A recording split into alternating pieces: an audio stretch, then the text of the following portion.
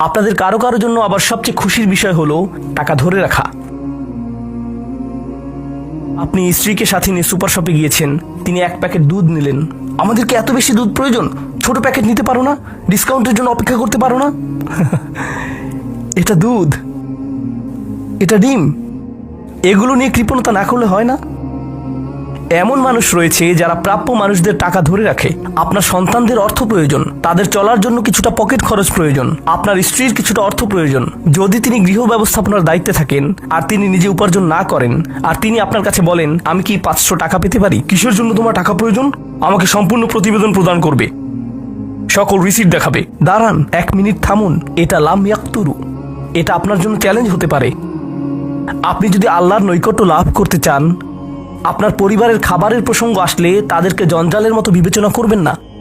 আপনার জন্য সর্বোত্তম খরচের খাত হলো আপনার পরিবার।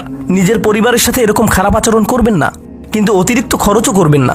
অন্যরা এমন আছে যারা টাকা উড়ায়। আল্লাহ হয়তো আপনাকে কিছুটা অর্থ দিয়েছেন আর আপনি আপনার 16 বছরের সন্তানকে BMW কিনে দিলেন যাতে সে রাস্তার পাশে লাগিয়ে দিয়ে অ্যাক্সিডেন্ট করতে পারে, আর তারপর তাকে আরেকটা কিনে দিলেন। না না না, আপনি এমনটাও করতে পারবেন না।